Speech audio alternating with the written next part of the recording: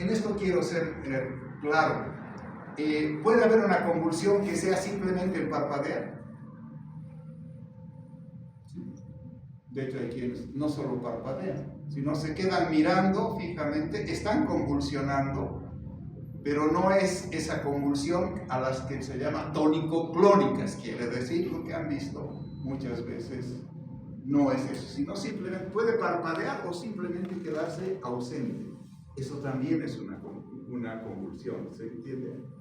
También es un acto epiléptico, aunque claramente se define más hacia el lado de la convulsión tónico-clónica, eso es lo que conocemos. Todo el resto es una enfermedad llamada epilepsia. ¿Sí? Bien, el diagnóstico, de acuerdo a los criterios que existen en ligas internacionales, que existen como hay contra la diabetes, contra lo que sea, existen cuestiones contra la epilepsia, asociaciones mundiales, ya que la epilepsia es el cuarto nivel de las enfermedades más frecuentes en el mundo. ¿Se entiende? Bien. Entonces, se requiere al menos una de las siguientes condiciones para llamarle epilepsia, y estas son 2 o más convulsiones no provocadas con más de 24 horas de diferencia.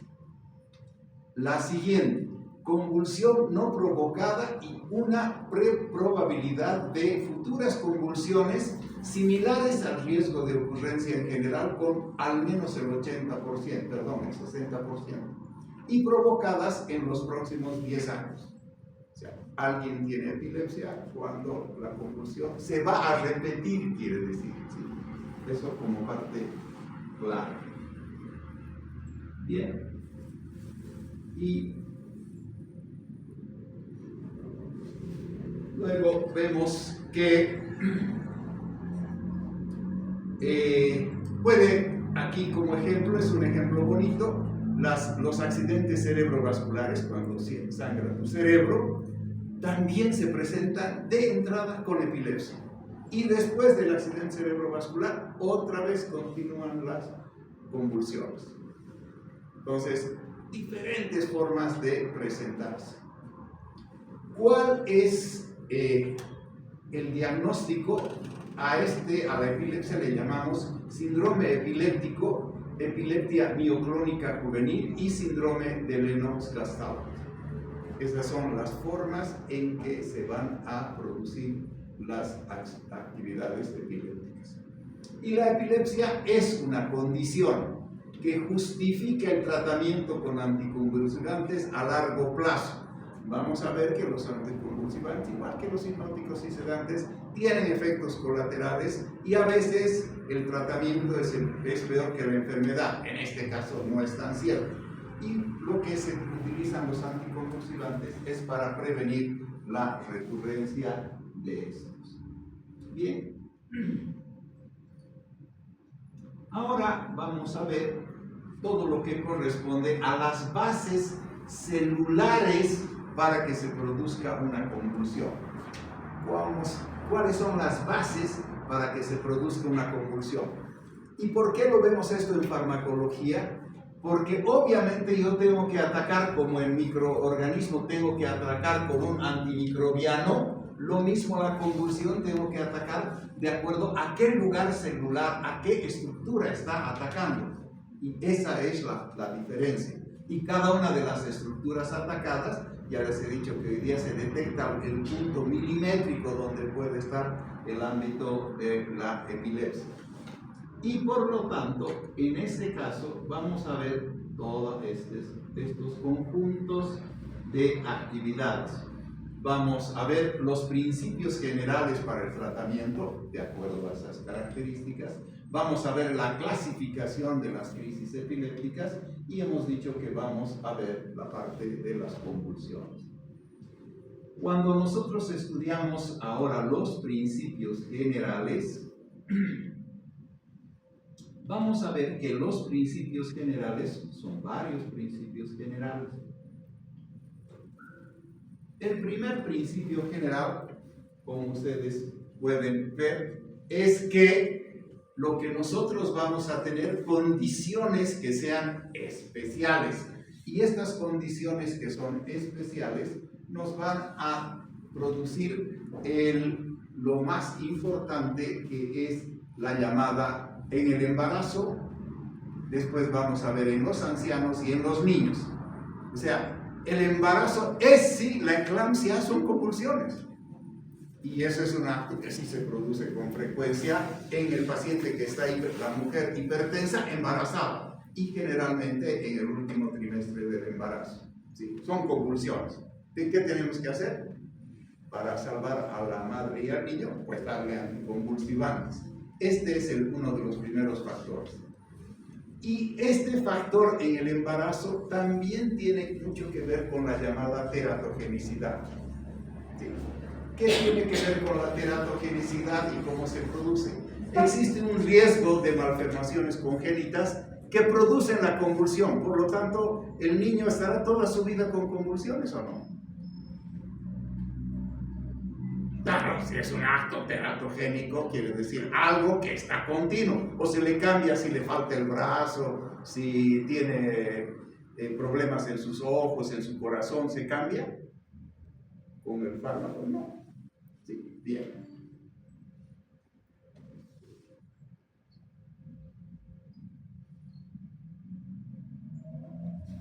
Entonces, aparte de esto, es el riesgo de un mayor problema con la politerapia, y es mejor utilizar la monoterapia. Dentro de los usos para esto, ya que no afecta en el proceso del embarazo, el ácido valproico afecta el mayor riesgo de producir problemas de defectos a nivel del tubo neural, del deterioro cognitivo del niño. O sea, ya estamos dando en la parte generalidades, estamos dando ya algunas cosas. ¿Cuál es el fármaco ideal para el manejo que no se debe utilizar en el paciente embarazado? El ácido valproico. Muy bien. Luego de esto, nosotros nos fijamos en el manejo. Primero hay que planificar el embarazo, hay que tener mucho cuidado. Estamos tratando de que entiendan que estamos hablando de los pacientes que son epilépticos y son mujeres y se están embarazando también, ¿no? No solamente el hecho de que en el embarazo ha tenido una preeclampsia, no tiene mucho que ver. Es pacientes que tienen problemas desde niños y se embarazan. Bien. Cuando nosotros utilizamos esto, la suplementación con altas dosis de ácido fólico es mandatoria. ¿Qué quiere decir? Tratamiento coadyuvante de los anticonvulsivantes es el uso del ácido fólico. Luego de esto, vamos a ver que necesitamos la vitamina K, no solo el ácido fólico. Y también vamos a ver que se van a producir problemas que tienen que ver con que la vitamina K va a ser alterada y estar alterada, por lo que se administra en forma profiláctica también a los pacientes que tienen, obviamente, problemas de epilepsia. Se administra a las pacientes que están embarazadas. Bien. Luego vemos la parte que corresponde a los ancianos. Cuando nosotros hablamos de los ancianos, en realidad lo que vamos a hacer es que son los más susceptibles a tener efectos sobre el sistema nervioso central, porque son los que más utilizan la parte de sedación, tienen problemas a nivel de su andar, quiere decir la ataxia, y por lo tanto tienen un metabolismo y una eliminación renal de cualquier fármaco más lento. ¿Sí? Entonces hay conflictos. Aparte de esto, ¿qué es lo que nos va a pasar? Lamentablemente, cuanto más viejito, más remedios tomas. Quiere decir que te conviertes en una polifarmacia. Y al convertirte en una polifarmacia hay un aumento de riesgo de interacciones que van a dar un principio básico que quiere decir start, low, go. ¿Qué es esto? Quiere decir que cuanto más estás utilizando algo, realmente se aparece el problema. ¿Sí? Si tomamos demasiada agua, ¿nos producimos problema o no? Ese es el concepto. Cuanto utilizas en polifarmacia más medicamentos, mayor probabilidad de que existan problemas que se presenten en el momento de su uso. Y por lo tanto, tenemos que tener mucho cuidado en el anciano. Los niños pueden metabolizar algunos fármacos más rápidamente que los adultos, requiriendo por lo tanto dosis más altas por kilogramo peso. ¿Sí? Si nosotros vemos cuánto se le da a un anciano y cuánto se le da a un niño, ya no es lo mismo que dice la farmacología en general. ¿Sí? Obviamente el anciano va a recibir por su peso y sus características más, en cambio el niño menos por sus pesos y demás, ¿sí? Farmacocinéticamente hablando. En este caso no sucede eso. También tenemos que ver que existen problemas susceptibles debido a los efectos particulares. Cuando un caso muy típico, de hecho gracioso, ¿no? Alguna vez me han dado en mi vida porque como era hiperkinético, al extremo que mi abuela decía, ¡ha llegado el terremoto!, decían cuando yo aparecía en la casa de mis abuelos. Entonces, a los hiperkinéticos les dan el fenobarbital, que es un hipnótico sedante anticonvulsivo. ¿Se entiende la figura? ¿Sí? Entonces, los hiperkinéticos pueden recibir fármacos que tienen acciones llamadas paradojales. Una cosa es sedarte y otra cosa es quitar tu acción, de movimiento. Una cosa es sedarte y otra cosa es tus acciones de movimiento. Bien, vamos a pasar ahora a ver el siguiente elemento. Y el siguiente elemento está dado por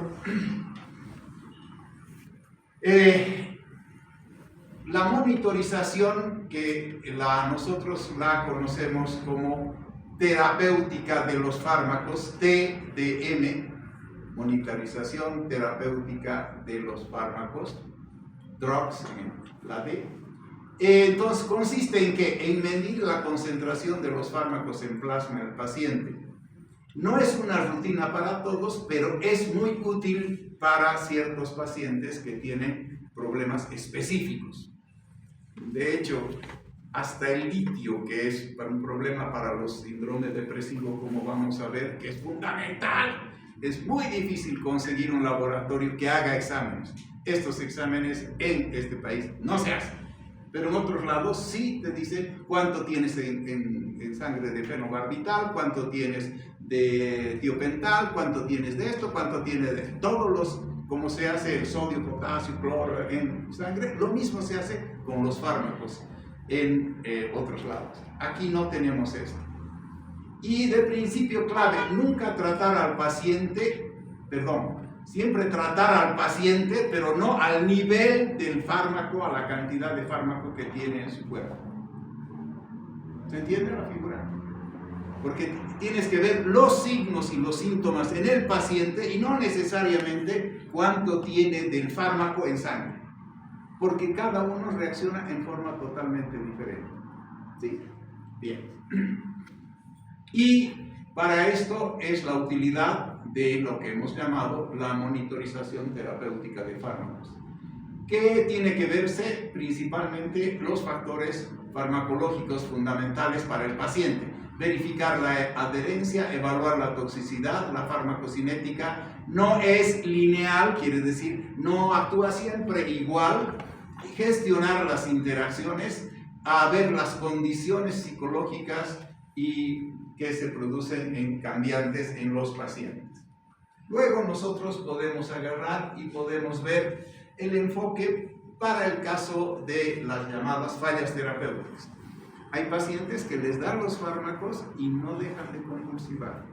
Si les das el fármaco y no convulsionan, entonces está haciéndole bien. Pero si le das el fármaco y convulsiona, ¿para qué le sigues dando el mismo?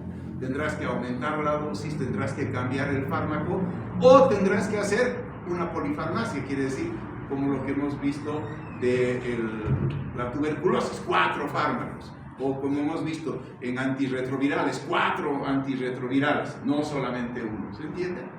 Bien, por lo tanto, vamos a ver que en el enfoque terapéutico, hasta que se alcance el control del paciente es la parte fundamental. Cuando nosotros hemos hecho esto, tenemos que ver, controlar al paciente a alcanzar que se controlen las crisis que tiene el paciente hasta que se tengan efectos, hasta que no se tengan o que aparezcan efectos adversos. Todos estos fármacos producen efectos adversos en los pacientes. Por lo tanto, primer paso. Segundo paso, iniciar el segundo fármaco en el caso de monoterapia. Estabas recibiendo 1, ahora ya tienes que recibir 2. ¿Sí? Y se va progresivamente en el inicio de los fármacos. Y se introduce un segundo fármaco lentamente. Una vez alcanzada la dosis terapéutica, se retira gradualmente el primer fármaco. ¿Por qué? Porque el concepto de rebote es el acto más importante en los anticonvulsivantes. Le quitas el fármaco, ese que estaba recibiendo, le das el nuevo que actúa, le quitas el fármaco y el otro otra vez vuelve a convulsionar. Y esta convulsión a veces se vuelve dificilísima de tratar cuando ya estaba controlado el paciente. Bien. No se debe suspender bruscamente nunca el primer fármaco para evitar una crisis llamada crisis de abstinencia. Todo fármaco que actúa sobre el sistema nervioso central tiene que ver con la drogadicción, es la abstinencia. Es una obviedad. Volvemos a repetir el tema. Drogadicción es justamente lo que actúa sobre el sistema nervioso central. Si no, no es droga. Concepto básico del principio. En el tercer nivel, en el tercer paso, vamos a ver que se puede hacer una terapia llamada terapia combinada, a lo que se llama politerapia, y se busca una combinación racional y preferiblemente con fármacos que tengan los mecanismos de acción diferentes o complementarios que hay, vamos a ver, bloqueadores de los canales de sodio, potenciadores del GABA, que tengan un perfil de efectos adversos que se solapen, quiere decir, si yo sumo, solaparse significa eso, sumar efectos adversos, entonces voy a tener problemas, porque voy a duplicar sus efectos adversos y tener el mismo efecto farmacológico. Y hay que fijarse siempre que cuando vamos a usar varios fármacos tengamos la posibilidad de pocas interacciones farmacológicas entre ellos. Bien, pasamos a los principios básicos de lo que se llama titulación lenta. Siempre se empieza por bajas dosis y se va muy despacio, otra vez, start low, quiere decir bajo, y por lo tanto vas también despacio.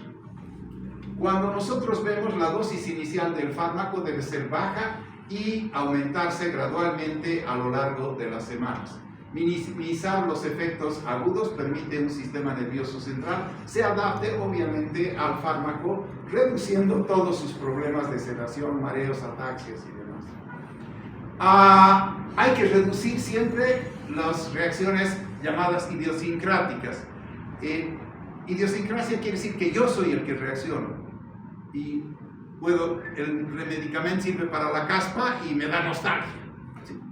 O sea, esa es una reacción llamada idiosincrática que la hemos visto en farmacología general. Esto pasa sobre todo con la llamada lamotrigina. Y es por lo tanto fundamental en estos pacientes, ya que producen un síndrome a veces mortal llamado de Stevens-Johnson, hay que tener muchísimo cuidado con este fármaco. Pasamos a la monoterapia como un ideal. El tratamiento debe iniciarse con un solo fármaco en el caso de la monoterapia y se minimiza de esta manera los efectos adversos, se evita interacciones farmacológicas, se mejora la adherencia, el tratamiento causa efectos adversos, es fácil de identificar cuando le das una droga. Si le das dos, ¿cuál de las dos está produciendo el problema? Si le suspendes, vienen las convulsiones y viene todo el problema que hemos planteado aquí. Luego, el diagnóstico debe ser preciso y la selección del fármaco inicial es importantísima.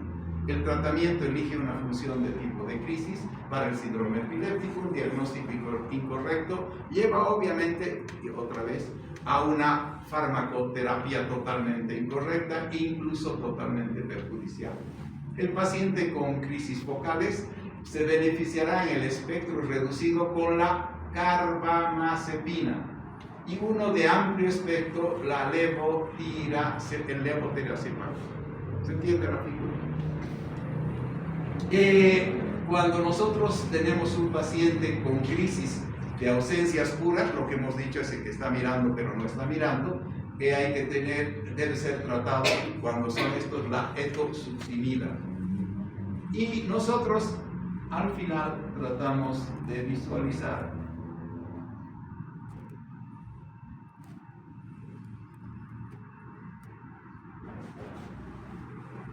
que un paciente con epilepsia mioclónica juvenil, que son obviamente alteraciones mioclónicas, el ácido valproico y el levatiracetam son fármacos de elección. La carbamazepina es uno de los fármacos ideales para comenzar en las crisis mioclónicas y en las ausencias. Bien.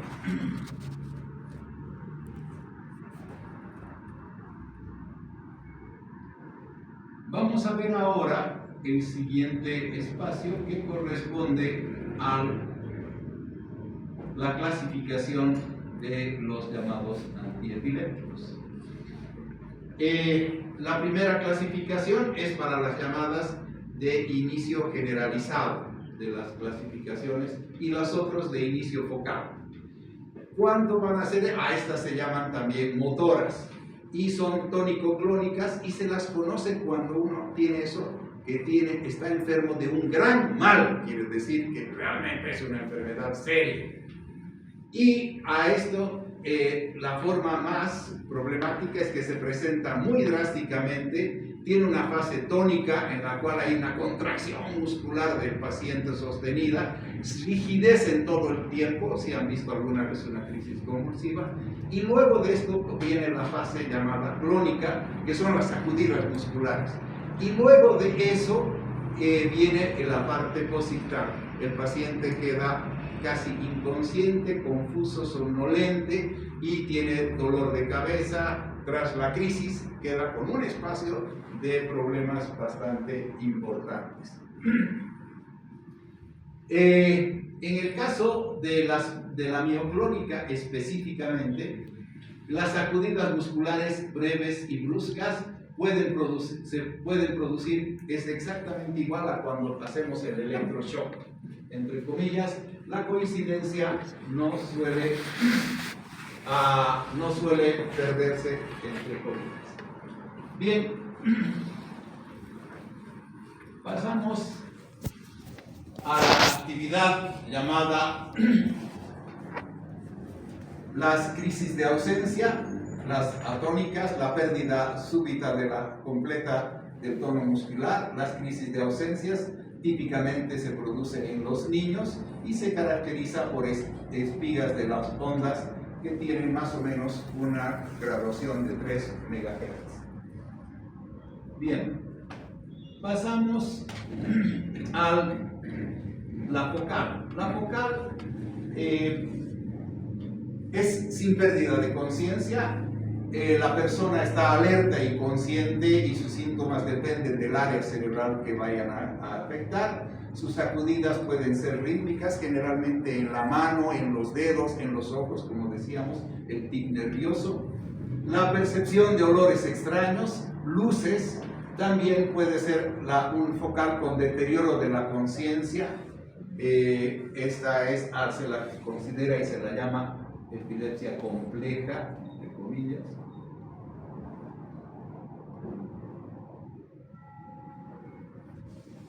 Luego vemos la conciencia está alterada en otras personas cuando tienen la compleja y a menudo se asocia con problemas de automatismos. Hacen ciertas cosas que no se saben. De hecho, hay películas sobre asesinos que no son más que epilépticos. O sea, hacen sus conductas por un acto epiléptico. ¿Ese podrá ser condenado? No, pero tiene que ser tratado, obviamente bien tratado, por supuesto que sí.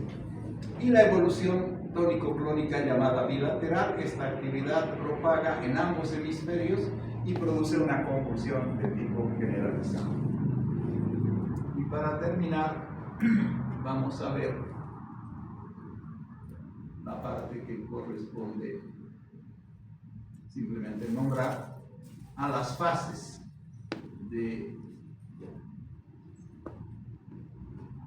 las bases celulares. Simplemente vamos a decir que en las bases celulares de la convulsión son a nivel microscópico. Ya les he dicho que hay ahora equipos que milímetros son los que se encuentran, porque en un milímetro puede haber 1000, 10.000, 100.000 neuronas, por si acaso, ¿no? Al microscopio una convulsión y producen un desequilibrio clínico entre las diferentes fuerzas que excitan a las neuronas y a las que las inhiben. ¿Qué es lo que produce? Una falta de inhibición periférica, una descarga paroxística y un desbalance de la excitación en la inhibición. Ellas van a producir, como pueden ver aquí, para terminar, alteraciones de diferentes formas. El cerebro que está sano, un pequeño grupo de neuronas entran en actividad y se produce una red de interactividades inhibitorias a través de los GABA adrenérgicos y estos van a producir la alteración. Esta es las celulitas, pero ¿qué pasa en el sistema nervioso? Existe la transmisión.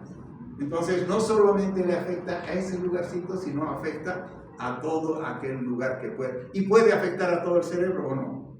Comienza una convulsión con un foquito y afecta a toda la acción cerebral.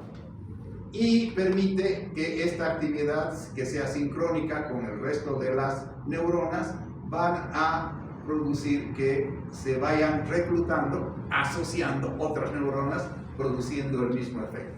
La descarga paroxística, llamada despolarizante post, el correlato celular, que es una despolarización de una membrana neuronal que se agranda en milivoltios, es esto, y tiene larga duración de por lo menos 50 a 200 milisegundos, que quiere decir muy largo para la transmisión nerviosa.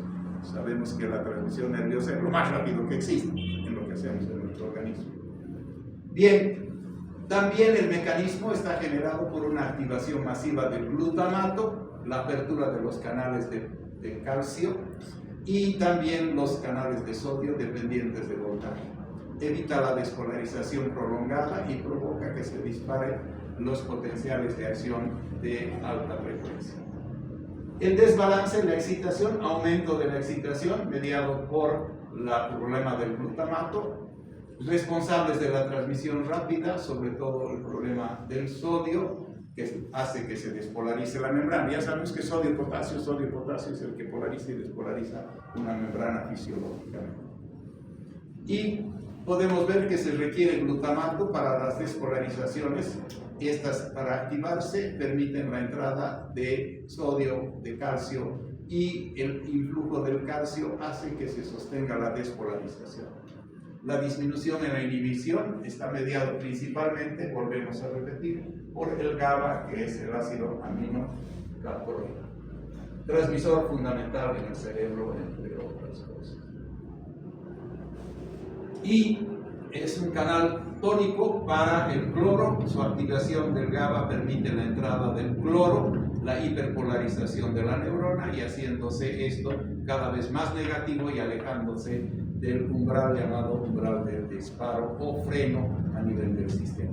Y por último, la inhibición puede dañar, puede faltar por una disfunción de los receptores GABA y su reducción en la síntesis o liberación del GABA hace que sea una recaptación demasiado eficiente para la actividad neuronal.